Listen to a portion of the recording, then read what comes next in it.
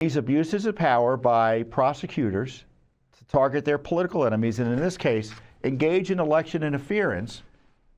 And as we know, Trump won Arizona.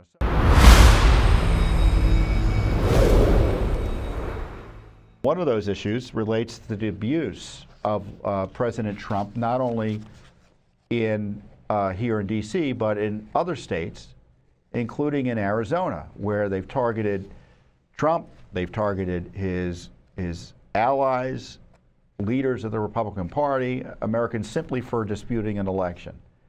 But there was a real specific abuse that we thought was interesting in figuring out what was going on around, and that was Democratic Attorney General. So Trump comes out and says something about Liz Cheney, is like Liz Cheney, I'm paraphrasing, is a warmonger. These warmongers should go on the battlefields and know what it's like to be shot at.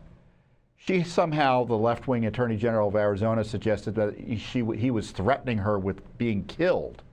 It was an absurd interpretation, but she ran with it, suggested he committed a crime, and kind of ran around to the media promoting it. So we investigated it, and here's a report initially on what we found. A Judicial Watch open records lawsuit reveals that Arizona Attorney General Kris Mayes seems to have used her office for political purposes by threatening to prosecute President Trump on the eve of the 2024 presidential election. In the final days before the 2024 presidential election, Mayes publicly stated that she had directed her criminal division chief to investigate this comment made by Trump about former Congresswoman Liz Cheney. She's a radical war hawk. Let's put her with a rifle standing there with 9 barrels shooting at her, okay? Let's see how she feels about it. You know, when the guns are trained on her face. You know, they're all war hawks when they're sitting in Washington in a nice building saying, oh, gee, let's send 10,000 troops right into the mouth of the enemy. Judicial Watch filed a public records request in November 2024 for documents related to this investigation. Only one document, supposedly tied to a criminal investigation, was located, but was ultimately withheld from disclosure. However, dozens of media-related documents show the Attorney General engaged in a media campaign, suggesting Trump committed a prosecutable crime. I have already asked my criminal division chiefs to start looking at that statement, analyzing it for whether it qualifies as a death threat under Arizona's laws. Judicial Watch President Tom Fitton said this about the matter. Our lawsuit and investigation into the Democratic Arizona Attorney General shows that the announcement of the investigation on the Friday before the 2024 presidential election was a sham to try to influence the outcome of the election in an important swing state. This is yet another example of lawfare abuse targeting Trump.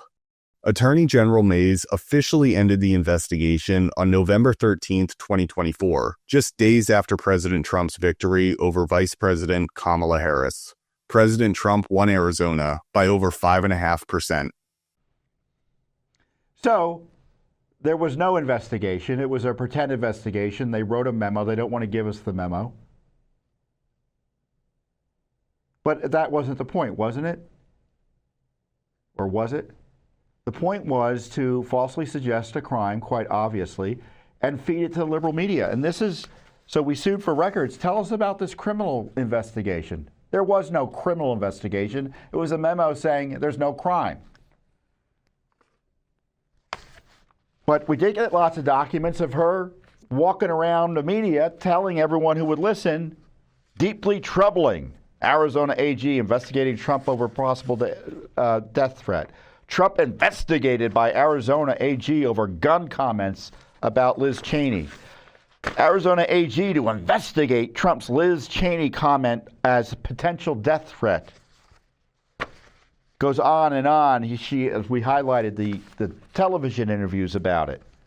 What an abuse of power. All to try to rig an election in the last minute with this smear of President Trump having committed a crime when he was making the rather obvious point about what people have called chicken hawks. And Judicial Watch exposed it.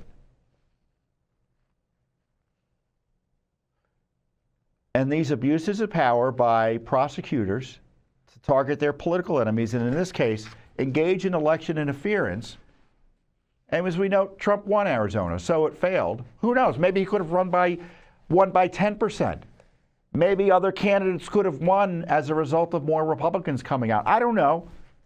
There are other cases, when a president's vote is suppressed or the changes, it affects other races as well, directly and indirectly.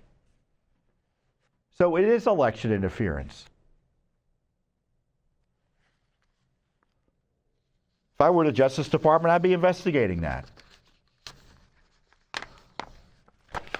Abusing your office to mess with an election? I think there's more to be found here. And this isn't our only lawsuit. I'm not going to talk about the other one we have yet because I don't literally have it in front of me, so you don't be doing that. But I'll talk about it soon. I mean, we are not just active in Washington, D.C. Obviously, this is where the federal government is. This is where all the money is spent, practically speaking. A lot of the corruption takes place here.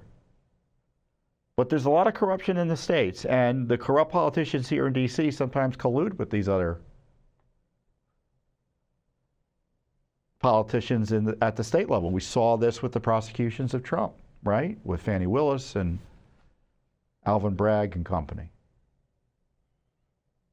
But we are second to none, not only in investigating corruption here in our nation's capital, but in the states. There are a few states we haven't investigated. I'm sure there are some. And I can't go through the list off the top of my head. But we're active in Arizona, we're active in California, Kentucky, Florida, Georgia, North Carolina, Maryland, Virginia, here in the District of Columbia, Massachusetts, Rhode Island, New York, New Jersey, Illinois, Michigan, Wisconsin, Ohio, Indiana, Colorado, Pennsylvania, Texas, Oregon,